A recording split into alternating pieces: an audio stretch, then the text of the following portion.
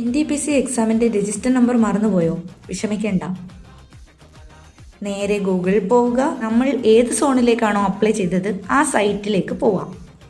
ഉദാഹരണത്തിന് RRB തിരുവനന്തപുരമെങ്കിൽ RRB Thiruvananthapuram എന്നും RRB Chhattisgarh ആണെങ്കിൽ RRB ഛത്തീസ്ഗഡ് എന്നും ടൈപ്പ് ചെയ്യുക. ആ സൈറ്റിലേക്ക് എൻ്റർ ചെയ്യുക. ശ്രദ്ധിക്കുക, കോമൺ സൈറ്റിലേക്കല്ല, നമ്മളുടെ സോണിലെ സൈറ്റിലേക്കാണ് പോകേണ്ടത്. അവിടെ നോട്ടിഫിക്കേഷനിൽ NTPC ഗ്രാജുവേഷൻ നോട്ടിഫിക്കേഷൻ കാണാം.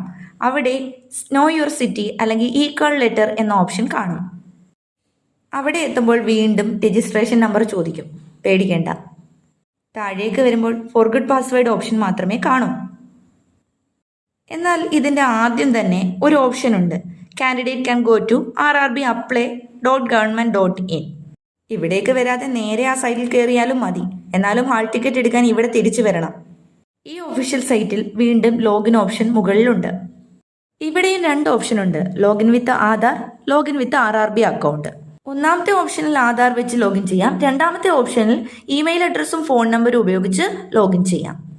ചാനൽ ഒന്ന് സബ്സ്ക്രൈബ് ചെയ്തിട്ട് മൊബൈൽ നമ്പറും ഇമെയിൽ ഐഡിയും പാസ്വേഡും പിന്നെ ഒരു OTPയും കൂടി ടൈപ്പ് ചെയ്താൽ നമ്മളുടെ പ്രൊഫൈലിലോട്ട് ലോഗിൻ ആവും. ഇവിടെ മുകളിൽ മധ്യഭാഗത്തായി കാണുന്ന ആപ്ലിക്കേഷൻ ഹിസ്റ്ററി എടുത്തു കഴിഞ്ഞാൽ നമ്മൾ അപ്ലൈ ചെയ്ത എല്ലാ എക്സാമുകളുടെ ഡീറ്റെയിൽസും അവിടെ ഉണ്ടാകും.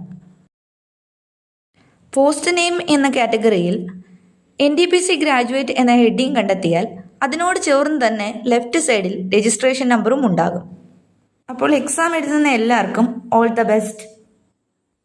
വീഡിയോ ഹെൽപ്ഫുൾ ആയെങ്കിൽ ഒരു ലൈക്കും പിന്നെ സബ്സ്ക്രൈബും ചെയ്തേക്കണേ.